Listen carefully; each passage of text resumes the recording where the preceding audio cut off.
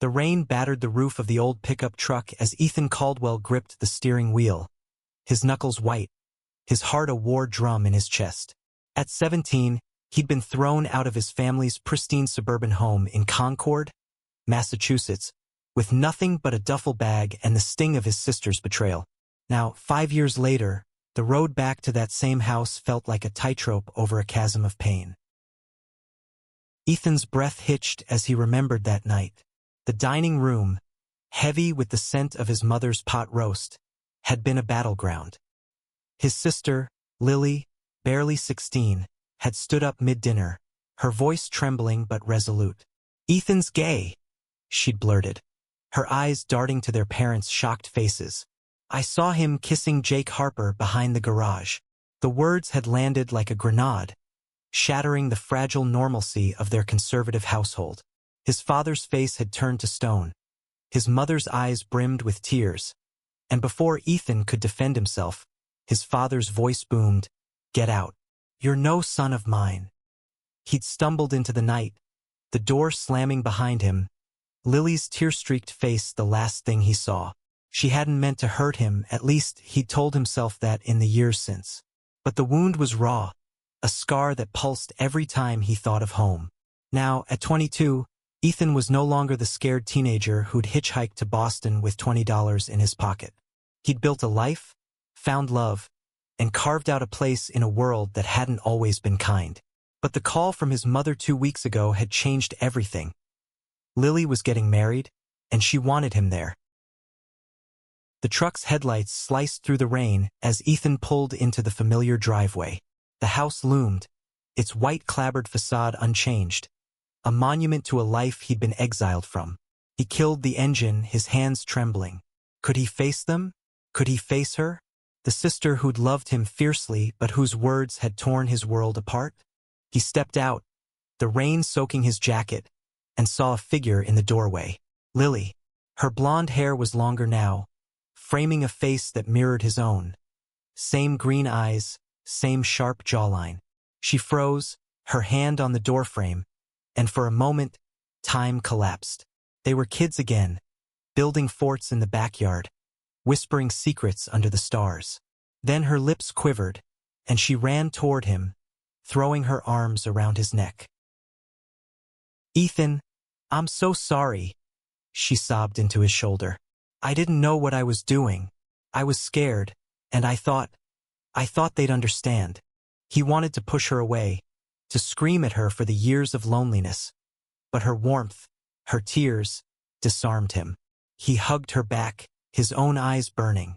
"I know," he whispered, though the words felt like glass in his throat. They stood there, soaked and shivering, as the rain washed away the first layer of their shared grief. Inside, the house was a time capsule. The same floral wallpaper, the same creaky floorboards. Their parents were waiting in the living room, their faces a mix of guilt and uncertainty. His father, once a towering figure of authority, looked smaller now, his shoulders slumped. His mother rose, her hands twisting a dish towel. "Ethan," she said, her voice breaking, we made a mistake." The words hung in the air, heavy with years of silence. Ethan's chest tightened. He wanted to believe them, but trust was a fragile thing, and his was still in pieces. He nodded, unable to speak, and glanced at Lily. She was watching him, her eyes pleading for forgiveness he wasn't sure he could give. That night, Ethan lay awake in his old bedroom, now a guest room stripped of his posters and trophies. The memories were suffocating. Nights sneaking out to meet Jake, stolen kisses in the shadows, the thrill and terror of being himself in a world that demanded he be someone else. Jake had been his first love, a lanky boy with a crooked smile who'd made Ethan feel seen. But after Ethan was kicked out, Jake's family had moved away, and their fragile connection had frayed. Ethan had survived, but survival wasn't living. The next morning, Lily found him on the porch, sipping coffee and staring at the oak tree where they'd once carved their initials. "I was jealous," she admitted, sitting beside him. "You were so sure of who you were, even when it was hard. I didn't know how to handle it." I thought telling Mom and Dad would make things clearer. I was wrong. Ethan looked at her, seeing the girl who'd once been his confidant. You broke me, Lily, he said quietly. But I'm not that kid anymore. I got a life now. A good one. He thought of Noah, his boyfriend of 2 years, waiting back in Boston. Noah, with his warm laugh and steady hands, who'd taught Ethan that love could be a safe harbor. Lily's eyes welled up. Can I meet him? Noah, can I be part of your life again? Ethan hesitated. The wedding was tomorrow, and Noah was arriving that afternoon. Bringing him here, to this house, felt like exposing a wound to salt. But Lily's plea was earnest, and something in Ethan yearned to bridge the gap. Maybe, he said finally, but it's gonna take time. The day passed in a blur of preparations. Ethan helped string fairy lights in the backyard, avoiding his father's awkward attempts at small talk. His mother hovered, offering him food and apologies in equal measure. By evening, Noah's car pulled into the driveway, and Ethan's heart leapt. Noah stepped out, his dark hair tousled, his smile a beacon in the dusk. Ethan ran to him, pulling him into a hug that felt like coming home. Ready for this? Noah whispered, his breath warm against Ethan's ear. Not even a little, Ethan replied, but he smiled.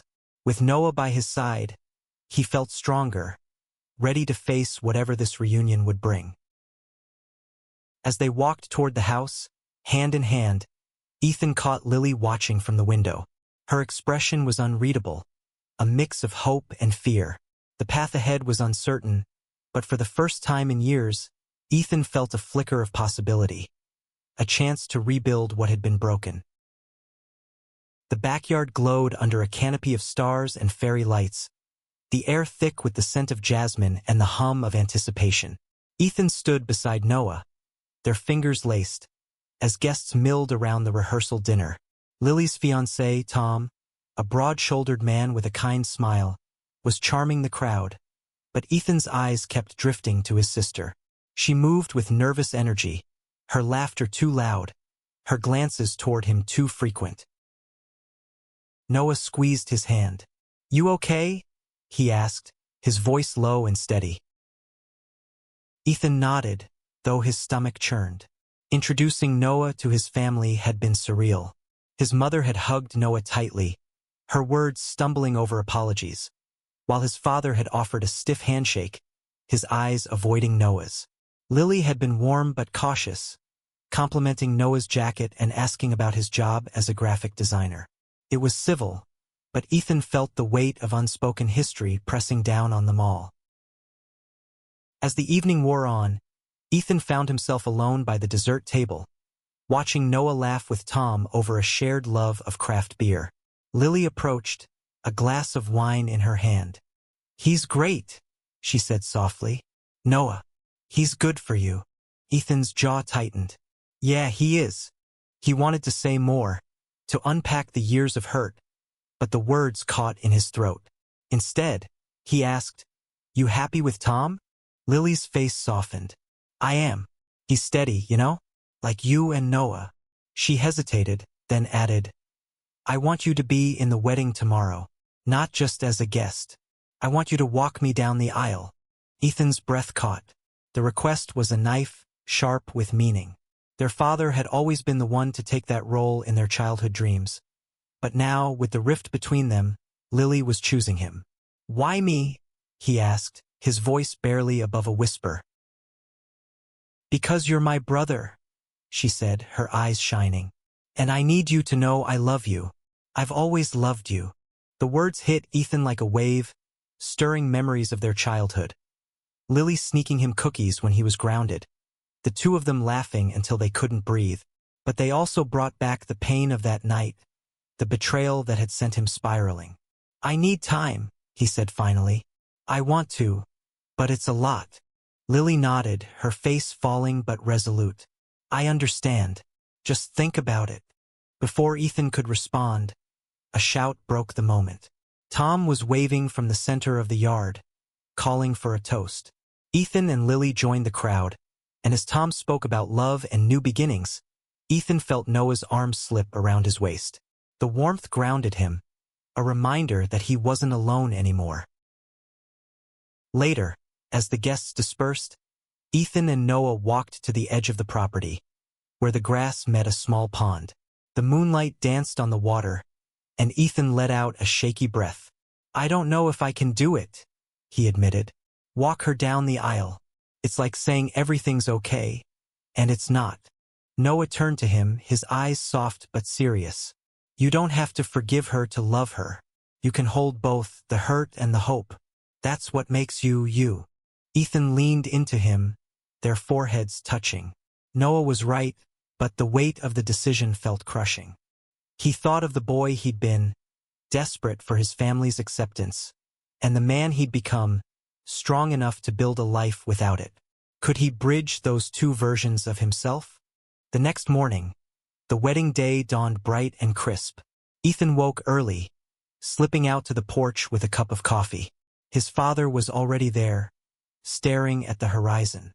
For a moment, neither spoke. Then his father cleared his throat. "I was wrong," he said, his voice rough.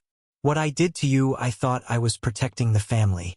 I see now I was tearing it apart." Ethan's chest tightened. He wanted to believe the words, but years of silence had built a wall between them. "Why now?" he asked. His father's eyes met his, raw with regret. "Because I'm losing both my kids if I don't try. Lily's been carrying this guilt, and you deserved better." The admission hung between them, fragile and incomplete. Ethan nodded, unable to find words, and his father retreated inside. As the house stirred with wedding preparations, Ethan felt the pull of his past and present colliding. He thought of Noah, of the life they'd built, and of Lily, who was trying to mend what she'd broken. By noon, Noah arrived, looking sharp in a navy suit. They stood together in the backyard, watching the florists arrange peonies and roses. Lily appeared, radiant in a simple white dress, her eyes searching Ethan's. "Have you decided?" she asked, her voice trembling. Ethan took a deep breath, feeling the weight of the moment. "I'll do it," he said. "I'll walk you down the aisle." Lily's face lit up, and she threw her arms around him, tears spilling. "Thank you," she whispered. "Thank you." As they parted, Ethan caught Noah's eye, his smile a quiet reassurance. The day was far from perfect, but it was a start.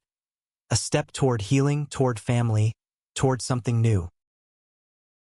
The wedding unfolded like a dream caught in sunlight. The backyard was transformed. Rows of white chairs filled with guests. A wooden arch draped in flowers framing the altar. Ethan stood at the head of the aisle, his heart pounding as he adjusted his tie. Lily clung to his arm, her veil fluttering in the breeze, her smile nervous but radiant.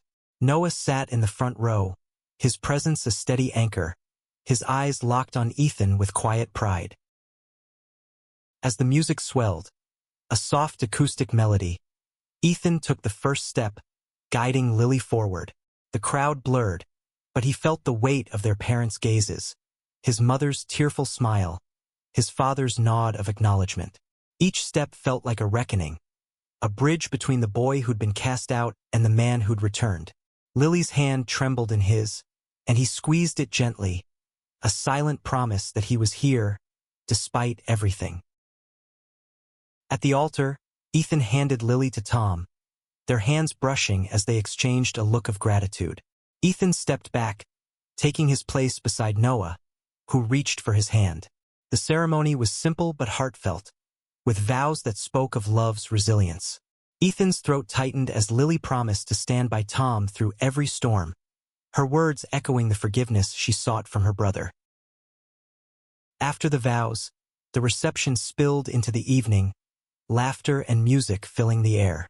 Ethan and Noah danced under the fairy lights, their movements slow and easy, a world of their own amidst the crowd. "You did good," Noah murmured, his lips brushing Ethan's ear. "I'm still figuring it out," Ethan admitted, his voice low. "But having you here, it makes it easier." Noah's smile was a warmth Ethan could feel in his bones. "I'm not going anywhere," he said, and Ethan believed him. As the night wore on, Ethan found himself face to face with his father again, this time by the bar. The older man held out a beer, a peace offering. "Can we talk?" he asked. They stepped away from the crowd, settling on a bench by the pond. His father took a long sip, then spoke. "I was raised to believe certain things," he said, his voice heavy. "When Lily told us, I thought I was doing what was right. But I see you now with Noah, and I see how wrong I was." Ethan's chest ached. He wanted to forgive, to let go of the anger that had festered for years. But it wasn't that simple. "I needed you then," he said, his voice cracking. "I was a kid, Dad. I was scared." His father's eyes glistened. "I know, and I'll carry that shame for the rest of my life. But I'm here now if you'll let me be." Ethan looked out at the pond, the moonlight rippling on its surface. He thought of Noah, of the life they'd built in Boston, of the community that had become his family when his own had turned away. "I don't know if I can trust you yet," he said honestly, "but I'm willing to try." His father nodded, a flicker of hope in his eyes. "That's more than I deserve." The conversation lingered in Ethan's mind as he rejoined the party. Ethan looked at her, seeing the sister he'd loved, the sister who'd hurt him, the sister who was trying to make it right. "I'm glad I was here," he said. "For you." They hugged, and for the first time in years, Ethan felt a piece of his heart settle. The road to forgiveness was long, but this moment, this wedding, this reunion was a step. As the night wound down, Ethan and Noah slipped away to the beach, a short drive from the house. They walked barefoot in the sand, the waves crashing softly, the stars a blanket above them. Ethan told Noah about his conversation with his father, the weight of it still heavy. "I want to believe him," he said, "but I'm scared it's too late." Noah stopped, turning to face him. "It's never too late to heal," he said. "You don't have to have all the answers now. You've got time. And you've got me." Ethan pulled Noah close, their lips meeting in a kiss that tasted of salt and promise. The ocean roared, the night stretched endless, and for a moment, Ethan felt whole. The days after the wedding were a delicate dance of reconnection. Ethan and Noah stayed in Concord for a week, navigating the fragile truce with his family. Breakfasts were awkward, filled with small talk and tentative smiles, but each day chipped away at the distance. His mother baked Ethan's favorite blueberry muffins, a quiet gesture of amends.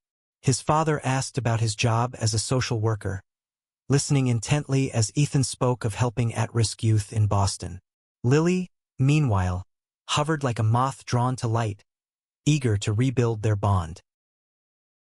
One afternoon, Ethan and Lily took a walk through their old neighborhood, the streets lined with maple trees ablaze in autumn hues. They stopped at a park where they'd played as kids, the swings creaking in the breeze. "I used to think you'd hate me forever," Lily said, kicking at a pile of leaves. "I wrote you letters, never sent them. I was too scared you'd tear them up." Ethan's heart twinged. "I wouldn't have," he said, though he wasn't sure.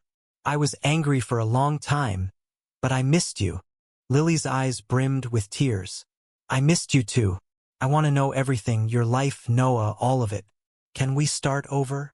Ethan looked at the swings, remembering the summers they'd spent here, pushing each other higher and higher.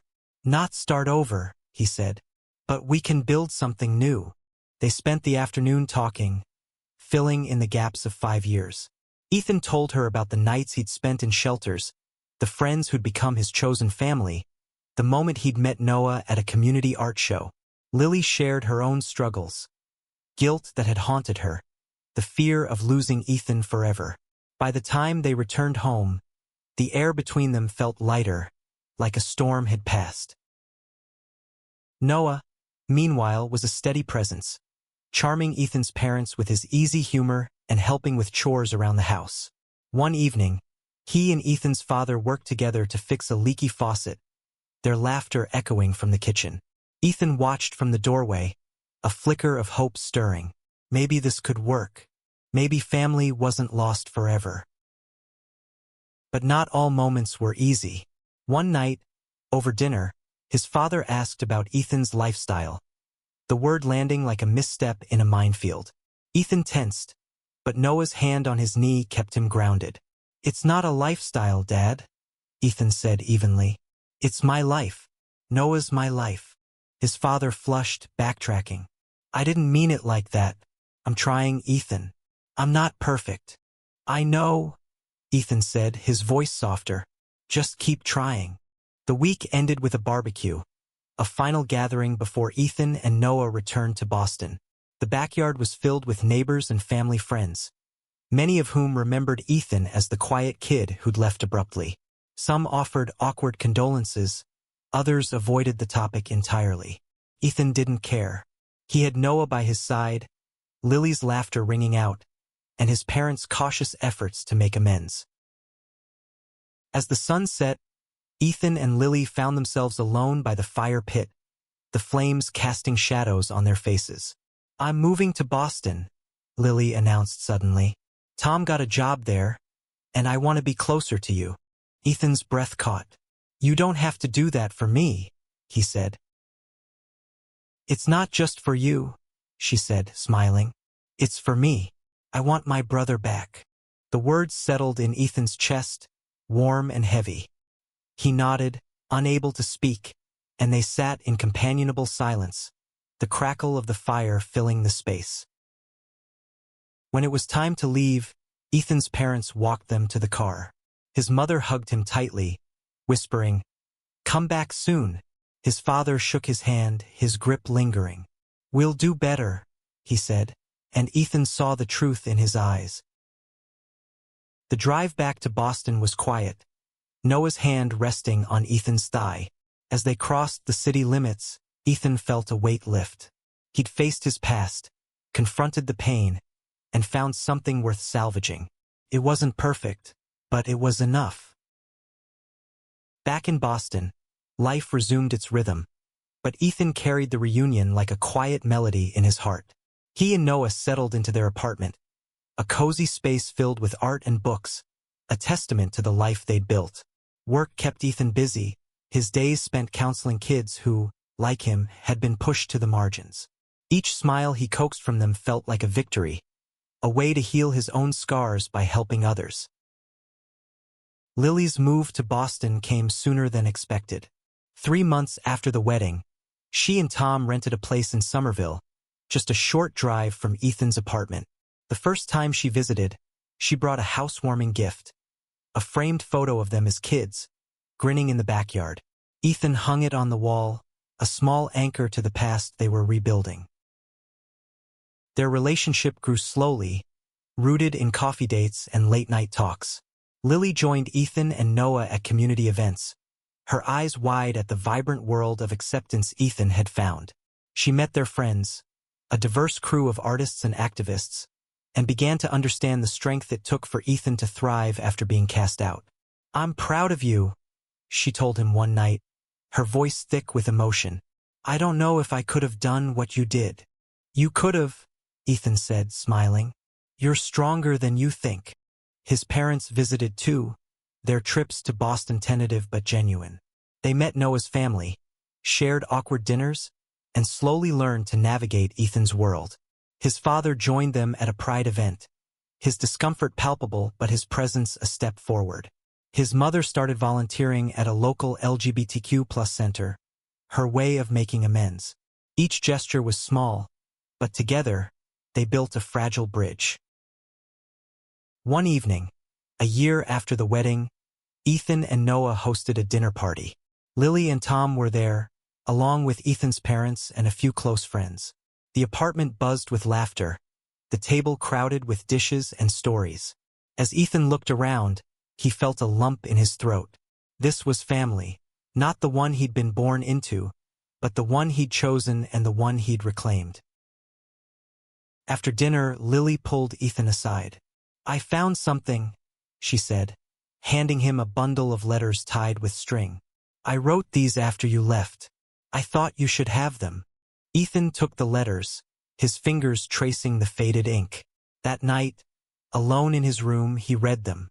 Page after page of Lily's guilt, her love, her hope for reconciliation. The words were raw, a window into the sister who'd never stopped caring. Tears streamed down his face, but they were cleansing, a release of the last shards of resentment. The next day, Ethan and Noah walked to the Charles River, the letters tucked in Ethan's pocket. They sat on a bench, watching the water glint in the sunlight.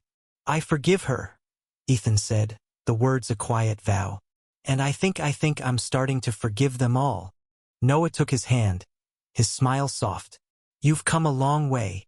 Ethan nodded, his heart full. The journey had been brutal, years of pain, of rebuilding himself from the ground up. But here, with Noah's hand in his, with Lily back in his life, with his parents trying to make things right, he felt something new. Peace. They stood, walking along the river, the city alive around them. Ethan thought of that night 5 years ago, when he'd been cast out, alone and afraid. He thought of the boy who'd kissed Jake Harper behind the garage, dreaming of a world where he could be himself. That boy was still part of him, but now he was more. A man who'd found love, fought for his place, and opened his heart to forgiveness. As the sun dipped below the horizon, Ethan leaned into Noah, their shadows merging on the path. The future was uncertain, but it was theirs to shape. And for the first time, Ethan knew he was ready.